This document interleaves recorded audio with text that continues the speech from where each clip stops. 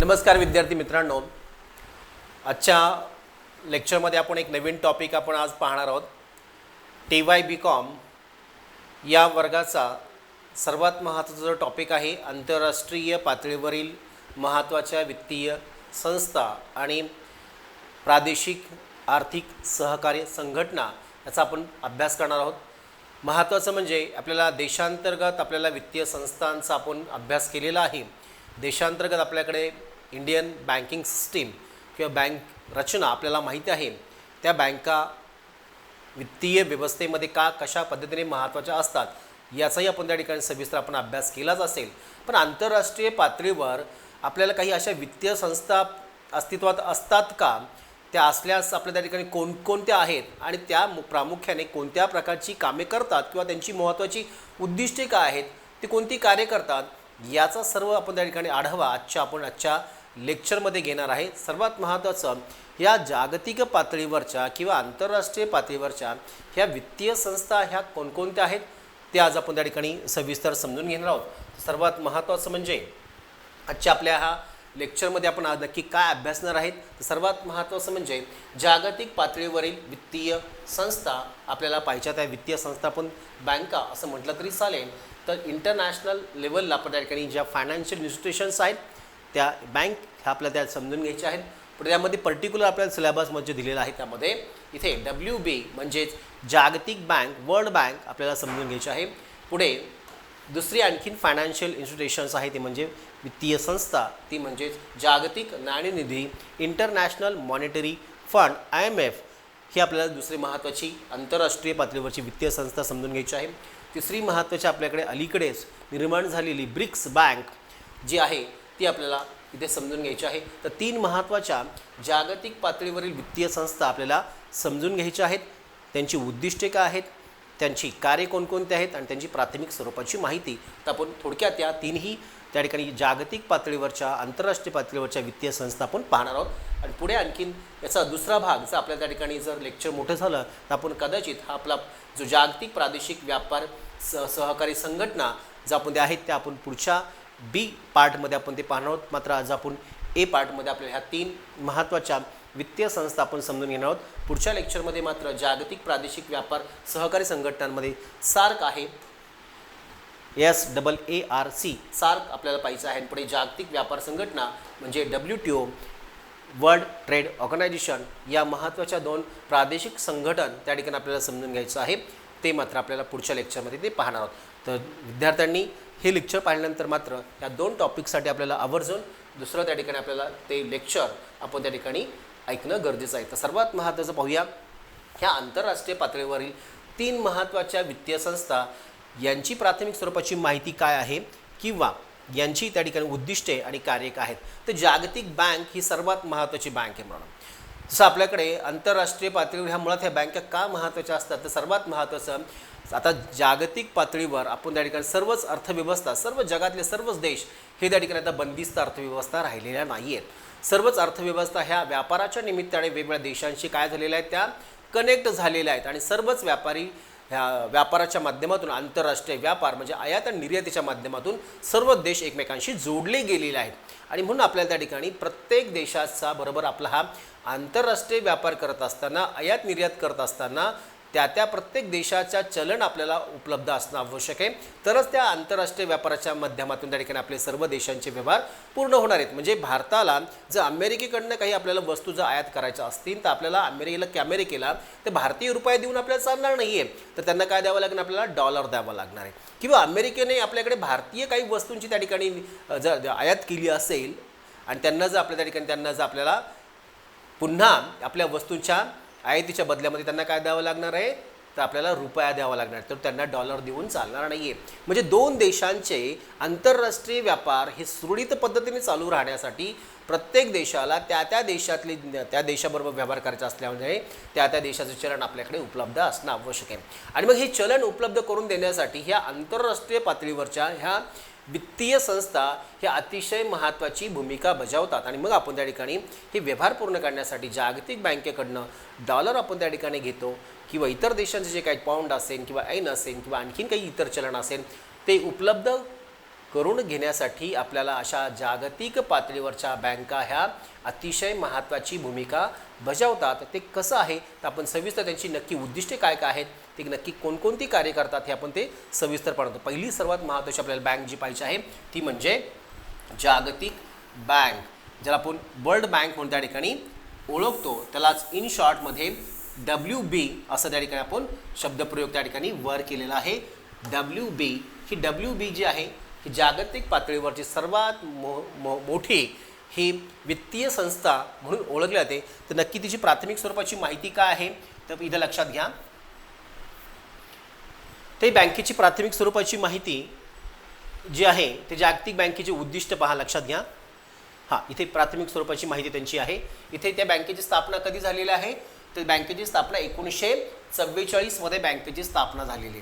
म्हणजे लक्षात घ्या, आपल्या भारताला स्वातंत्र्य मिळण्यापूर्वीच ही त्या ठिकाणी बँक ही अस्तित्वात होती. म्हणजे भारताला स्वातंत्र्य मिळण्यापूर्वीच आपल्याकडे ह्या बँका ही जागतिक बँक ही अस्तित्वात होती. ही कुठे आहे, तिचं मुख्यालय वॉशिंग्टन DC संयुक्त राज्य अमेरिका या ठिकाणी तिचं मुख्य कार्यालय, हेड ऑफिस त्याला आपण म्हणूया.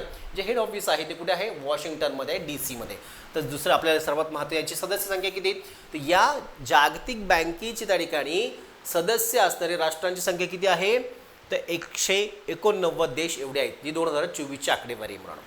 त्याच्यामध्ये काही आणखीन ॲड पण झाले असेल, पण आपल्याकडे लेटेस्ट जो आकडा आहे तो म्हणजे 189 एवढे आपल्याकडे त्या ठिकाणी या जागतिक बँकेचे हे सगळे मेंबर्स असणारे राष्ट्र आहेत. किती, 189 एवढी राष्ट्र मेंबर्स आहेत. पुढे अध्यक्ष कोण आहे त्याचे तर 2023 पासून याचे अध्यक्ष जे आहेत त्या बँकेचे ते कोण आहे, अजय बंगा हे त्याचे अध्यक्ष आहेत. कोण आहेत, अजय बंगा हे त्याचे अध्यक्ष आहेत 2023 पासून. हे मी तुम्हाला शॉर्टमध्ये काच माहिती सांगतो कारण आपल्या स्पर्धा परीक्षेसाठी ही काय माहिती त्या ठिकाणी प्रामुख्याने विचारली जाते. त्याचं मुख्यालय कुठे आहे, त्याचं स्थापना वर्ष काय, त्याचे सध्याचे अध्यक्ष कोण आहेत तर त्याचे अध्यक्ष त्या ठिकाणी अजय बंगा हे त्याचे 2023 पासूनचे अध्यक्ष आहेत. मुख्य ध्येय काय आहे त्याचं तर अत्यंत गरिबीचं अंतकरण, म्हणजे आपण त्याला दारिद्र्य निर्मूलन करणं हे त्याचं सर्वात महत्त्वाचं बेसिक महत्त्वाचं उद्दिष्ट आहे. आणि दुसरं महत्त्वाचं म्हणजे सामूहिक समृद्धीला चालना देणे, म्हणजे आपल्याला आर्थिक विकासाला चालना देणे असं त्याचे हे महत्त्वाचं उद्दिष्ट आहे. तर ही प्राथमिक स्वरूपाची माहिती आपल्याला स्पर्धा परीक्षे दृष्टीने देखील महत्त्वाची आहे. या TY-BCOMच्या विद्यार्थ्यांना देखील रिकाम्या जागा साठीचा हा त्या ठिकाणी महत्त्वाचे इथे भाग होऊ शकतो. त्यामुळे ही माहिती लक्षात ठेवायची आहे.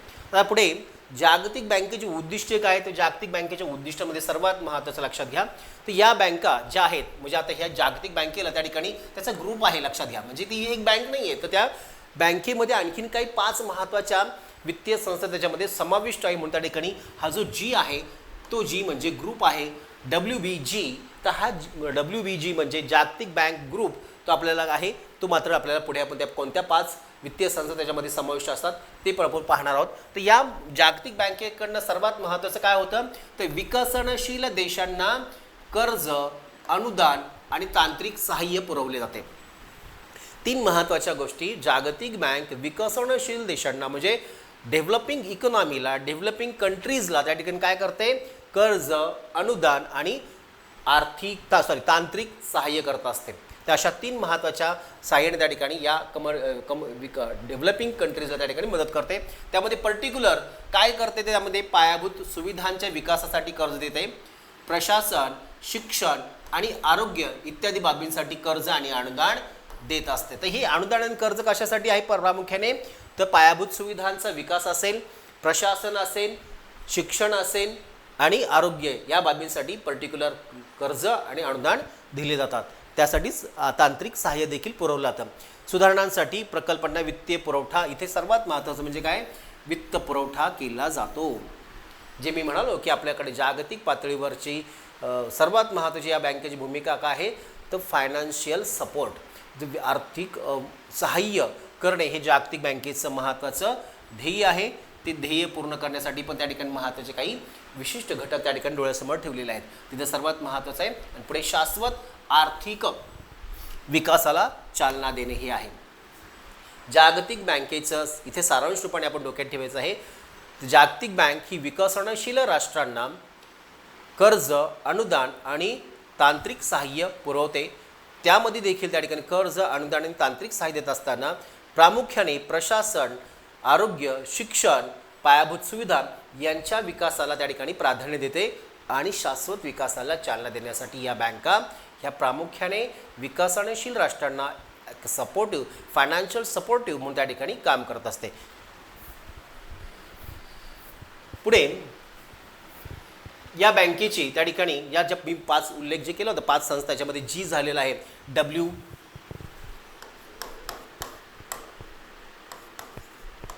जो जी आहे WBG जागतिक वर्ल्ड बँक ग्रुप, जो वर्ल्ड बँक ग्रुपमध्ये त्या ठिकाणी या 5 महत्त्वाच्या त्या ठिकाणी संस्था त्याच्यामध्ये आहेत. त्याच्यामध्ये सर्वात महत्त्वाचं म्हणजे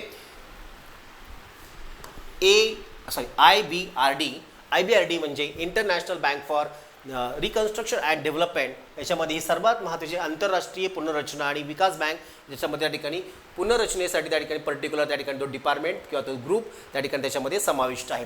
पुढे IDA म्हणजे त्या ठिकाणी इंटरनॅशनल डेव्हलपमेंट असोसिएशन्स, हे देखील त्याच्यामध्ये एक वेगळा महत्त्वाचा एक ग्रुप आहे जो त्या ठिकाणी WB मध्ये त्या ठिकाणी काम करतो. त्या ठिकाणी आंतरराष्ट्रीय विकास संघटना ह्यामध्ये IDA याच्यामध्ये असोसिएशन आहे. पुढे 3 नंबरचा महत्त्वाचा जो ग्रुप आहे तो म्हणजे IFC म्हणजे आंतरराष्ट्रीय वित्त महामंडळ, इंटरनॅशनल फायनान्स कॉर्पोरेशन, हा देखील एक तिसरा महत्त्वाचा ग्रुप त्याच्यामध्ये समाविष्ट आहे. पुढे 4 नंबरचा महत्त्वाचा जो ग्रुप आहे MIGA म्हणजे मल्टीनॅशनल इन्व्हेस्टमेंट गॅरंटी एजन्सी, ही त्या ठिकाणी आपल्याकडे महत्त्वाची बहुपक्षीय गुंतवणूक हमी संस्था. याच्यामध्ये आपल्याकडे चौथा महत्त्वाचा ग्रुप त्याच्यामध्ये समाविष्ट आहे. आणि 5वा जो ग्रुप आहे तो म्हणजे आहे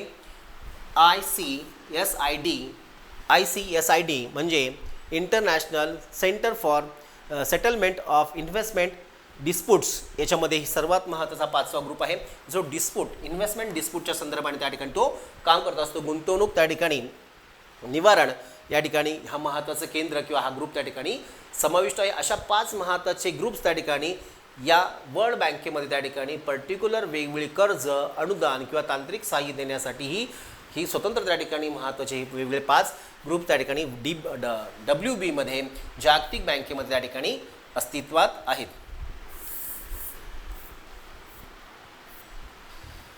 जागतिक बँकेची उद्दिष्टे काय आहेत? जागतिक बँकेची उद्दिष्टे इथे 10 उद्दिष्ट आपण त्या ठिकाणी दिलेले आहेत. सर्वात महत्त्वाची सदस्य देशांना वित्तीय सहाय्य आणि तांत्रिक मदत व धोरणात्मक सल्ला देणे. इथे सर्वात महत्त्वाचं म्हणजे इथे वित्तीय सहाय्य, तांत्रिक मदत आणि धोरणात्मक सल्ला या 3 बाबी त्या ठिकाणी महत्त्वाच्या या जागतिक बँकेकडनं ह्या विकसनशील देशांना त्या ठिकाणी देते किंवा त्याचे देणे हे महत्त्वाचं तिचं काय आहे? ऑब्जेक्टिव्ज आहे. महत्त्वाचं म्हणजे विकसनशील देशांना आर्थिक मदत करणे, तांत्रिक मदत करणे आणि धोरणात्मक सल्ला देणे. धोरणात्मक म्हणजेच काय? भविष्यकाळात 15 वर्षानंतर 20 वर्षानंतर आपण त्या ठिकाणी कोणती कामे करावीत अशा प्रकारचा धोरणात्मक सल्ला देखील जागतिक बँकेकडनं ह्या विकसनशील देशांना शाश्वत विकासाच्या दिशेने त्या ठिकाणी पाऊल उचलत असताना ती सल्ला देण्याचं देखील काम करत असते. पुढे दुसरं महत्त्वाचं उद्दिष्ट आहे विकसनशील देशातील गरिबी कमी करण्यासाठी त्याचं जीवनमान सुधारण्यास मदत करणे. विकसनशील देशातील दारिद्र्याचं निवारण करण्यासाठी किंवा दारिद्र्य निर्मूलनासाठी त्या ठिकाणी आर्थिक मदत करत असते आणि असं दारिद्र्य निर्मूलन करत असताना त्यांचा लोकांचा राहणीमानाचा दर्जा देखील सुधारण्यासाठी त्या ठिकाणी जागतिक बँकेकडनं वित्तीय मदत मिळत असते किंवा वित्तीय मदत करणे हे त्याचं उद्दिष्ट असतं. तिसरं महत्त्वाचं उद्दिष्ट आहे विविध देशांना म्हणजेच कोणत्या विकसनशील देशांना आर्थिक मदत देऊन त्यांच्या सर्वांगीण आर्थिक विकासाला चालना देणे. इथे थोडक्यात काय? सर्वांगीण आर्थिक विकासाला चालना देणे हे विकसनशील देशांच्या सर्वांगीण आर्थिक विकासाला चालना देणे हे WB म्हणजे जागतिक बँकेचंही उद्दिष्ट आहे. पुढे महत्त्वाचं दुसरं उद्दिष्ट आहे पायाभूत सुविधांचा विकास करण्यावर त्या ठिकाणी भर देणे. विकसनशील देशांमधील पायाभूत सुविधांच्या विकासाला चालना देणे किंवा त्याच्यासाठी भरीव आर्थिक मदत करणे. तर पायाभूत सुविधा म्हणजे रस्ते, वीज, पाणी, आरोग्य, शिक्षण, बँकिंग किंवा त्या ठिकाणी वाहतूक, दळणवळण अशा वेगवेगळ्या सगळ्याच पायाभूत सुविधांसाठी त्या ठिकाणी मोठ्या प्रमाणात आर्थिक मदत करण्याचं काम या जागतिक बँकेकडनं विकसनशील देशांना केलं जातं. पुढे शेती आणि ग्रामीण भागाचा विकास घडवून आणण्यासाठी अन्न सुरक्षा वाढवणे, फूड सिक्युरिटी वाढवण्यावर त्या ठिकाणी मदत केली जाते. म्हणजे शेतीचा आणि ग्रामीण भागाचा विकास करून त्या ठिकाणी अन्न सुरक्षितता वाढवणे हे देखील जागतिक बँकेचं उद्दिष्ट आहे. पुढे शिक्षण आणि आरोग्य या क्षेत्रामध्ये सुधारणा घडवून मानवी विकास साधणे.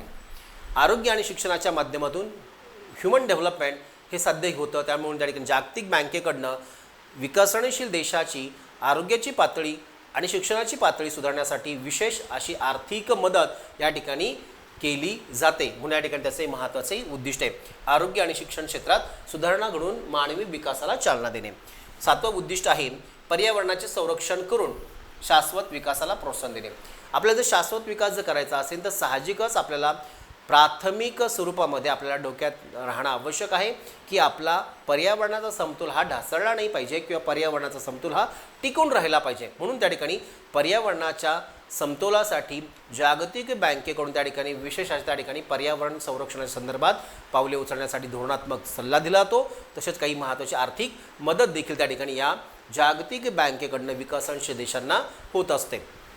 पुढे आंतरराष्ट्रीय व्यापार आणि आर्थिक सहकार्य वाढवणे.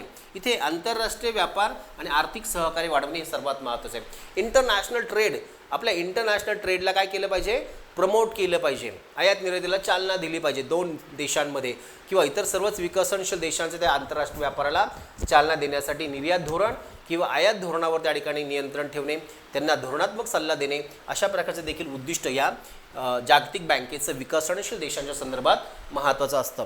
पुढे 9 नंबरचं उद्दिष्ट आहे परकीय गुंतवणूक वाढवून आर्थिक प्रगतीला गती देणे.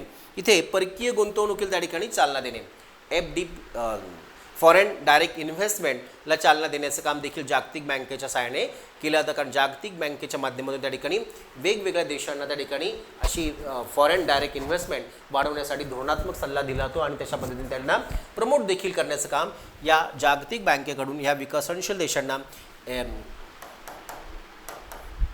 फॉरेन डायरेक्ट इन्व्हेस्टमेंट FDI साठी त्या ठिकाणी प्रयत्न केला जातो. पुढे आहे शेवटचं आर्थिक स्थैर्य आणि संकटावर मात करण्यास आर्थिक सहकार्य करणे.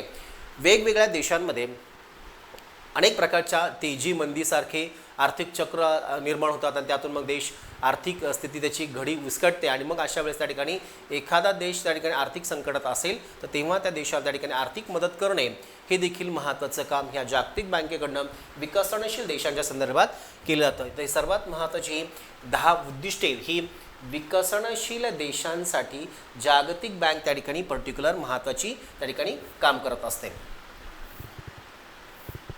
इथे कार्यांचा पण उल्लेख आहे. जे आपण उद्दिष्ट पाहिले आहेत त्या उद्दिष्टांच्याच अनुषंगाने देखील आपल्याला कार्य त्या ठिकाणी रिपीट होताना आपल्याला पाहायला मिळतील. तर सर्वात ती थोडक्यात आपण ती कार्य पटकन पाहून घेऊया. तर सर्वात महत्त्वाचं पहिलं दिलेलं आहे जागतिक बँक विकसनशील देशांना कर्ज आणि अनुदान देऊन त्यांच्या आर्थिक विकासासाठी आवश्यक निधी उपलब्ध करून देते. सर्वात महत्त्वाचं इथे सर्वात जागतिक बँकेचा महत्त्वाचा फोकस जो आहे तो म्हणजे वित्तीय सपोर्ट, फायनान्शियल सपोर्ट आहे. आणि तो फायनान्शियल सपोर्ट त्या ठिकाणी 2 बाजूने केला जातो. एक कर्ज आणि दुसरा आहे अनुदान. काही थेट कर्ज दिले जातात आणि काही अनुदानाच्या स्वरूपात देखील त्या ठिकाणी मदत केली जाते.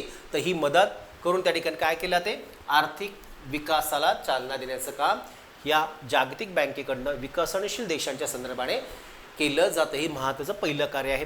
दुसरं महत्त्वाचं कार्य म्हणजे रस्ते, वीज, पाणी, परिवहन यासारख्या पायाभूत सुविधांच्या विकासाला आर्थिक मदत करणे. जे मी तुम्हाला म्हटलं की पायाभूत सुविधांमध्ये या ठिकाणी प्रामुख्याने रस्ते, वीज, पाणी किंवा परिवहन म्हणजेच वाहतूक, दळणवळण अशा महत्त्वाच्या बाबींना त्या ठिकाणी काय केली जाते, आर्थिक मदत केली जाते. पायाभूत सुविधांच्या विकासासाठी ते सर्वात महत्त्वाचं आहे पायाभूत सुविधा.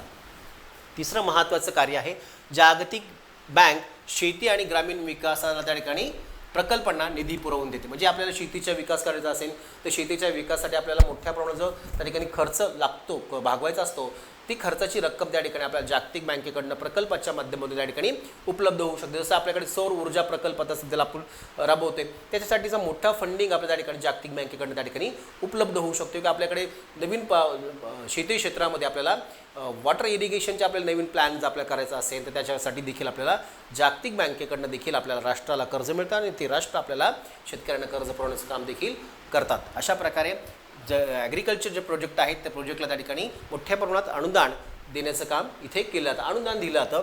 पुढे आहे जागतिक बँक शिक्षण आणि आरोग्य क्षेत्रातील प्रकल्पांना मोठ्या प्रमाणात आर्थिक सहाय्य पुरवते. जे उद्दिष्ट आपली होती त्या उद्दिष्टांच्या अनुषंगानेच इथे आपल्याला कार्य आपल्या त्या ठिकाणी रिपीट होताना आपल्याला दिसत आहेत.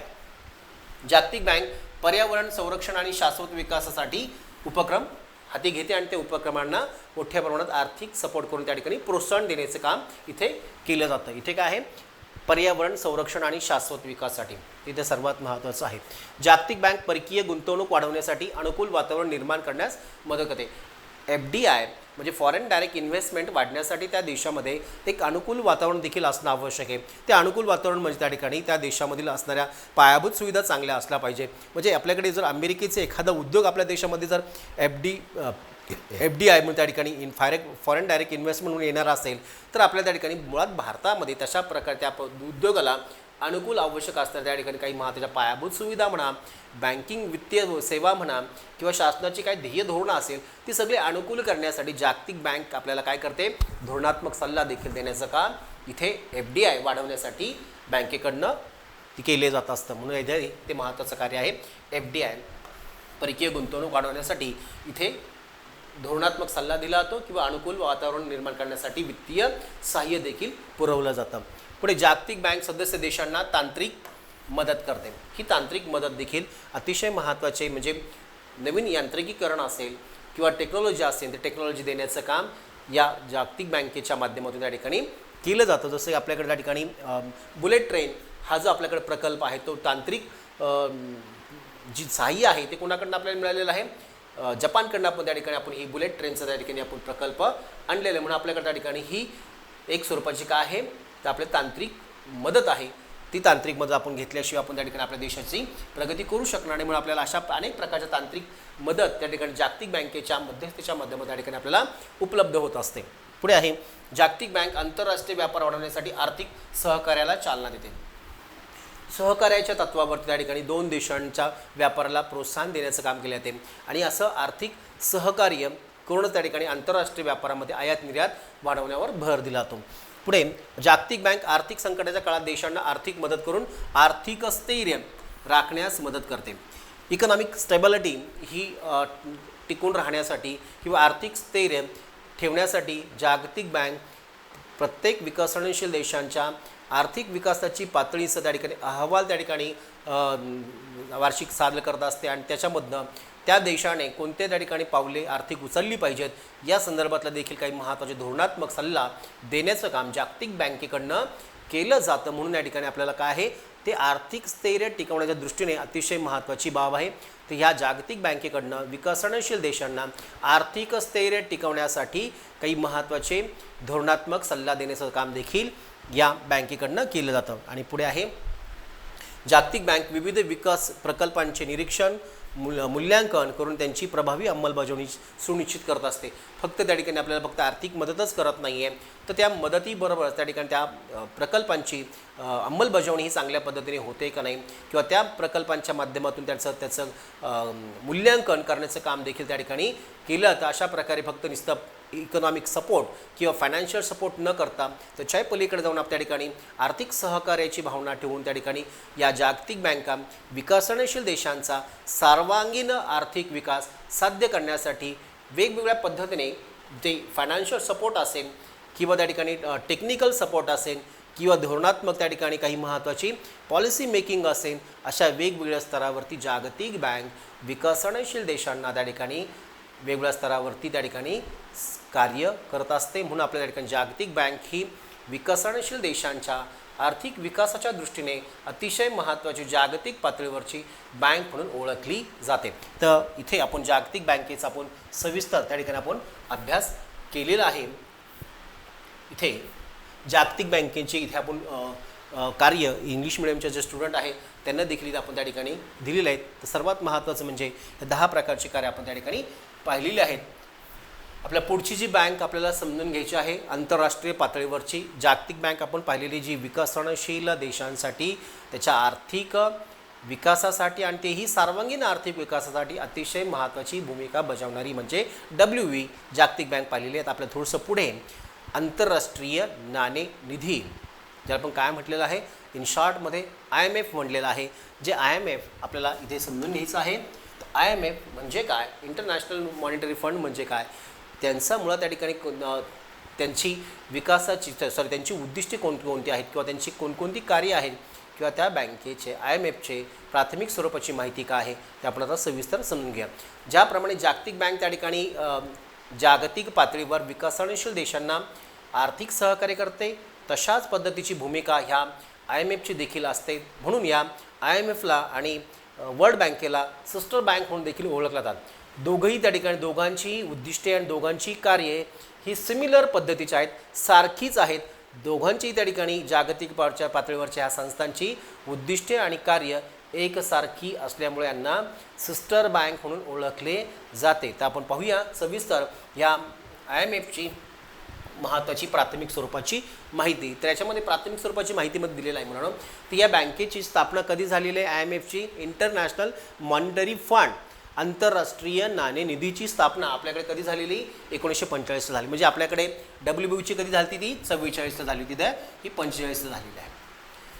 तर या बँकेची स्थापना ही 1945 मध्ये झालेली आहे.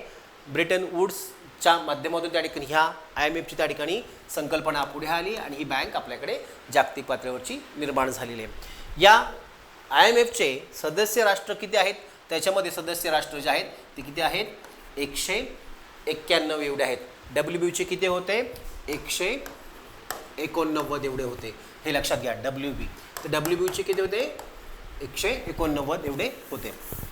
इथे मात्र आपल्याला किती आहेत 191 एवढे त्या ठिकाणी सदस्य राष्ट्रांची त्याची संख्या आहे. याचं मुख्यालय कुठे आहे, इथे वॉशिंग्टन DC मध्येच आहे. सेम आपण जसं त्या ठिकाणी पाहिलं इथे पण आपल्याला वॉशिंग्टन DC अमेरिका या ठिकाणी याचं मुख्य कार्यालय आपल्याला आहे.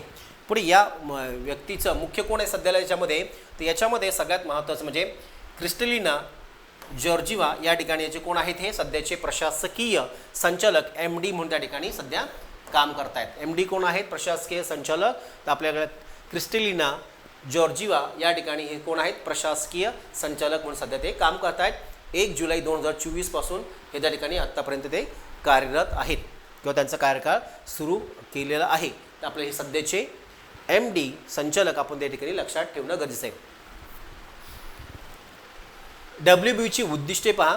WBOची उद्दिष्टे जे आहेत जागतिक आंतरराष्ट्रीय नाणेनिधी IMFची उद्दिष्टे जे आहेत त्यामध्ये आर्थिक स्थिरता राखणे.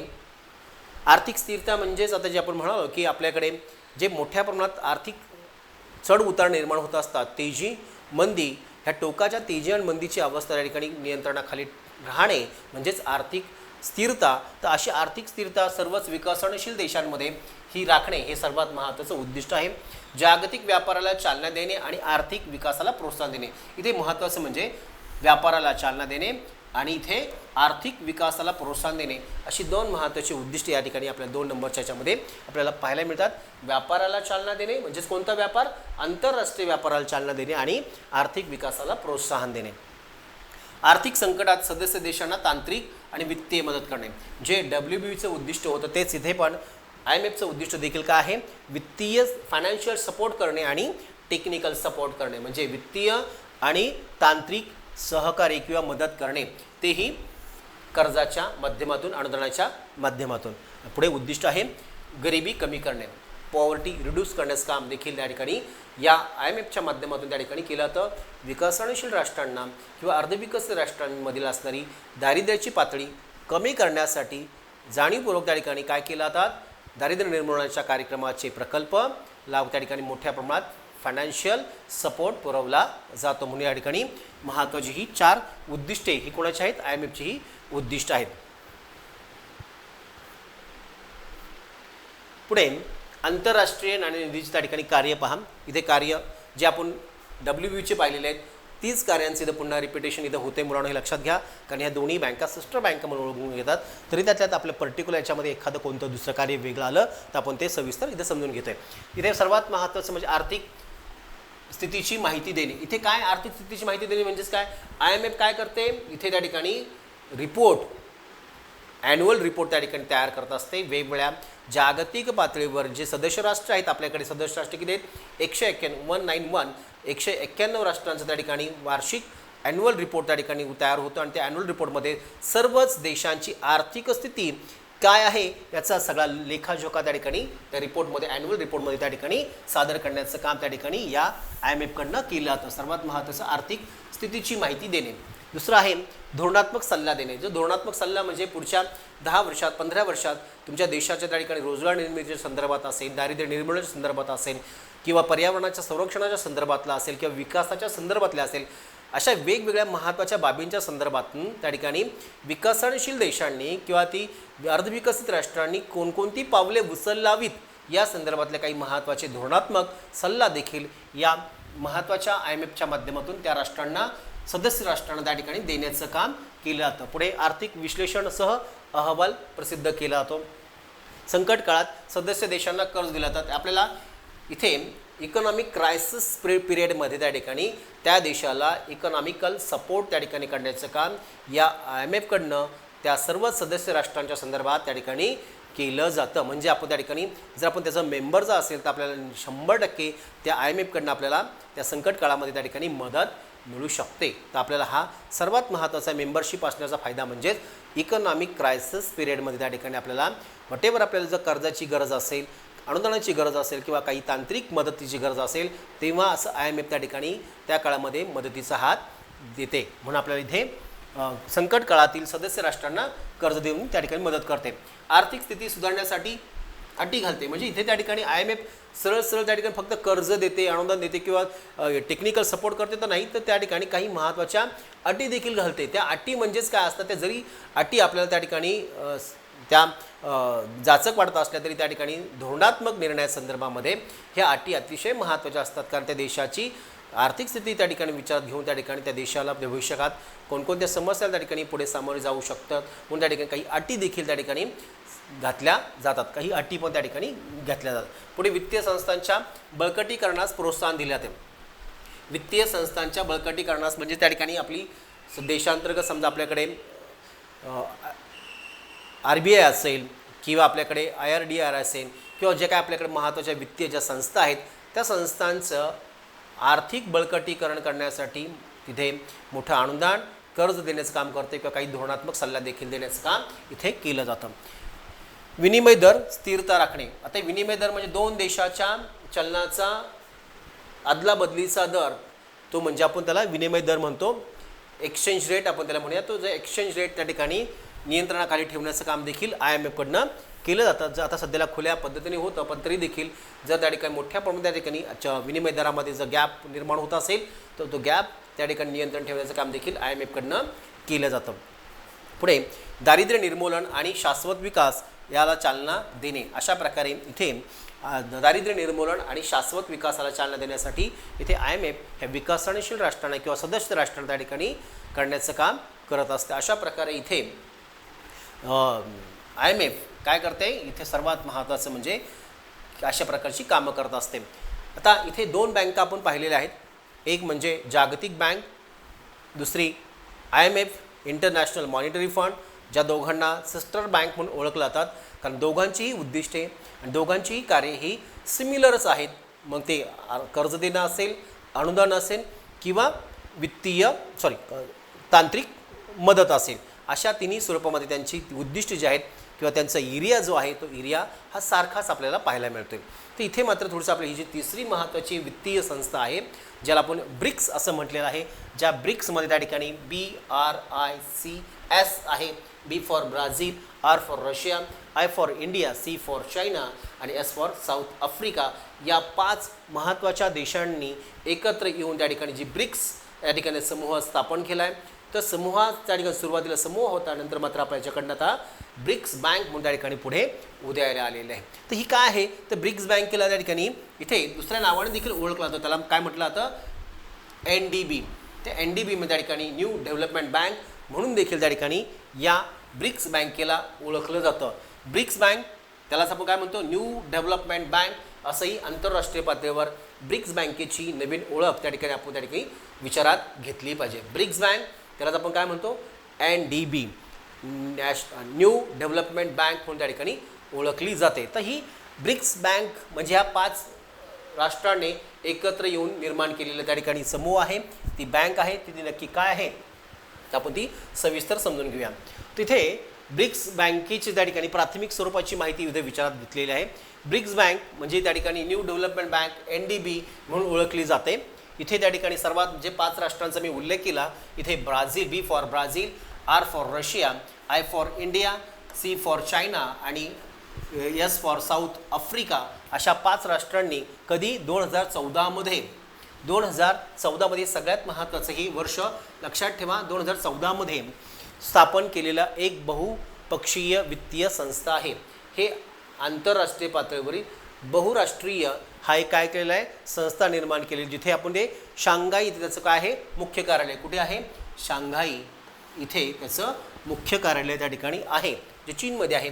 याचं पारंपरिक पाश्चिमात्य नेतृत्वाखाली संस्थान पर्याय म्हणून काम करते. ब्रिक्स आणि इतर उद्योन्मुखी अर्थव्यवस्थांमधील पायाभूत सुविधा, शाश्वत विकास प्रकल्पांना निधी उपलब्ध करून देणे. आता इथे 5 राष्ट्रांमध्ये हे होणार आहे मुलांना. जसं इथे जागतिक बँक ज्याचे सदस्य राष्ट्र 189 होते, IMF याचे सदस्य संख्या 191 होती. इथे ब्रिक्समध्ये किती आहेत, फक्त 5 राष्ट्रांचा समूह आहे. आणि ह्या 5 राष्ट्रांमध्ये काय होणार आहे, त्यांच्यामध्ये प्रामुख्याने इथे पायाभूत सुविधा, शाश्वत विकाससाठी त्या ठिकाणी निधींना त्या ठिकाणी पुरवण्यासाठी ही NDB न्यू डेव्हलपमेंट बँक ही स्थापन केलेली आहे. 2014 मध्ये शांघायमध्ये त्याची स्थापना झालेली आहे आणि त्याचं मुख्यालय शांघाई इथे आहे. ते सगळ्यात ही प्राथमिक स्वरूपाची माहिती लक्षात ठेवा, जी रिकाम्या जागासाठी महत्त्वाची. ब्रिक्स बँकेची स्थापना कधी झाली किंवा न्यू ब्रिक्स हा समूह कधी स्थापन झाला, 2014 मध्ये झाला. त्याचं मुख्यालय कुठे आहे, तर शांघाई इथे त्याचं मुख्यालय आहे. याचं सर्वात महत्त्वाचं म्हणजे याचा महत्त्वाचा हेतू काय आहे, तर पायाभूत सुविधा आणि शाश्वत विकास हे त्याचं महत्त्वाचं उद्दिष्ट आहे. तर न्यू डेव्हलपमेंट बँक म्हणजे NDB किंवा ब्रिक्स बँकेची प्राथमिक स्वरूपाची माहिती इथे पुन्हा मी थोडंसं पॉईंट वजा दिलेलं आहे. त्याची स्थापना कधी झालेली आहे, 2014 मध्ये त्याची स्थापना झालेली आहे. तर ही स्थापना त्या ठिकाणी 6व्या ब्रिक्स शिखर परिषदेच्या करारामध्ये त्या ठिकाणी झालेली आहे आणि तिथं आपली ती बँक जी आहे 2015 लक्षात घ्या, 2015 मध्ये त्याचं कामकाज सुरू झाले. स्थापना जरी कधी झाली 14ला जरी झाली असली तरी कामकाज कधी सुरू झालेलं आहे, 2015 मध्ये त्याचं कामकाज सुरू झालेलं आहे. पुढे त्याचं उद्दिष्ट काय आहे, तर आपल्याला इथे त्याचं उद्दिष्ट आहे $1 ट्रिलियन तूट भरून काढणे. इथे सर्वात महत्त्वाचं म्हणजे पायाभूत सुविधा गुंतवणुकीतील 1 ट्रिलियन पर्यंतची तूट त्या ठिकाणी भरून काढणे हे सगळ्यात महत्त्वाचं NDBचं महत्त्वाचं उद्दिष्ट आहे. सदस्य संख्या विस्तार करणे. त्याच्यामध्ये इथे सर्वात महत्त्वाचं या बँकेचा विस्तार आता बांगलादेश, इजिप्त, संयुक्त अरब अमिरात अशा अल्जेरिया, कोलंबिया आणि इंडोनेशिया या देशांपर्यंत त्या ठिकाणी झालेलं आहे. म्हणजे आपल्याला इथे त्या ठिकाणी सर्वात महत्त्वाचं ह्या सदस्य राष्ट्रांची संख्या देखील आता भविष्यकाळात ती वाढवली जाते. म्हणजे कुठे ब्रिक्स बँक ज्याला आपण म्हणूया ब्रिक्स समूह आहे, ब्रिक्स बँकेमध्ये त्या ठिकाणी सदस्य म्हणून त्या ठिकाणी काही नवीन राष्ट्रांचा देखील त्या ठिकाणी समावेश त्या ठिकाणी होतोय. नेतृत्व कोणाकडे, याच्यामध्ये राष्ट्रपती आहे त्याचे डिल्मा रुसेफ हे त्याचे कोण आहे सध्याचे राष्ट्रपती त्या ठिकाणी, त्यांच्या अध्यक्षतेखाली त्या ठिकाणी हे ब्रिक्स बँकेचं किंवा न्यू डेव्हलपमेंट बँकेचं कामकाज त्या ठिकाणी चालू आहे. याचे प्रकल्प सगळ्यात काय, वाहतूक, पाणी, पर्यावरण, संरक्षण, डिजिटल पायाभूत सुविधा यावर विशेष त्याचं लक्ष केंद्रित आहे. आणि 2025 पर्यंत आता ऑलरेडी आपल्याकडे 2026 आले, तर 2025 पर्यंत $40 अब्ज होऊन अधिक निधीसाठी वचनबद्धता मंजूर करण्यात आलेली आहे. तर आपल्याकडे मोठ्या प्रमाणात त्या ठिकाणी कर्जाला त्या ठिकाणी मंजुरी मिळण्यात आली. विशेष प्रमुख वैशिष्ट्य म्हणजेच आर्थिक सार्वभौमत्व वाढवण्यासाठी स्थानिक चलनामध्ये कर्ज पुरवठा करणे हे त्याच्या ठिकाणी या न्यू डेव्हलपमेंट बँकेचं महत्त्वाचं काम आहे.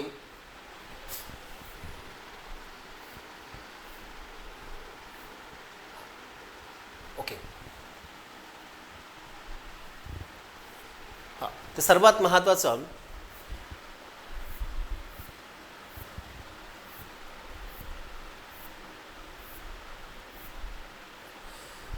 तीन महत्त्वाच्या आंतरराष्ट्रीय पातळीवरच्या महत्त्वाच्या वित्तीय संस्था आपण पाहिलेल्या आहेत.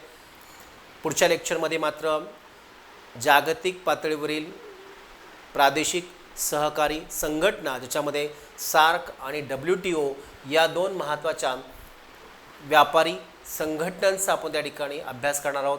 आज आपल्याला या लेक्चरमध्ये मात्र आंतरराष्ट्रीय पातळीवरील जागतिक पातळीवरील 3 महत्त्वाच्या वित्तीय संस्था ज्याच्यामध्ये WB जागतिक बँक, IMF जागतिक नाणेनिधी म्हणजे आंतरराष्ट्रीय नाणेनिधी व आपण त्या ठिकाणी तिसरं म्हणजे ब्रिक्स बँक, त्यालाच आपण NDB न्यू डेव्हलपमेंट बँक, अशा महत्त्वाच्या 3 वित्तीय संस्थांचा आपण सविस्तर अभ्यास केलेला आहे. पुढच्या लेक्चरला मात्र त्याचा सेकंड पार्ट जो आहे तो आवर्जून पहा, कारण आपल्याला आंतरराष्ट्रीय प्रादेशिक संघटनामध्ये त्या ठिकाणी आपल्याला अभ्यासायचे आहेत. तर ज्याही विद्यार्थ्यांनी अद्यापही त्या ठिकाणी चॅनलला सबस्क्राईब केलं नसेल तर त्या विद्यार्थ्यांनी चॅनलला सबस्क्राईब करून घ्या, जेणेकरून आपल्याला पुढच्या लेक्चरचे नोटिफिकेशन तुम्हाला त्या ठिकाणी प्राप्त होतील आणि आपले लेक्चर्स या ठिकाणी पुढे TYBCOMच्या संदर्भाने आपल्याला काही महत्त्वाचे 4 चॅप्टरमध्ये त्या ठिकाणी जे आहेत ते महत्त्वाचे लेक्चर देखील आपण त्या ठिकाणी देणार आहोत.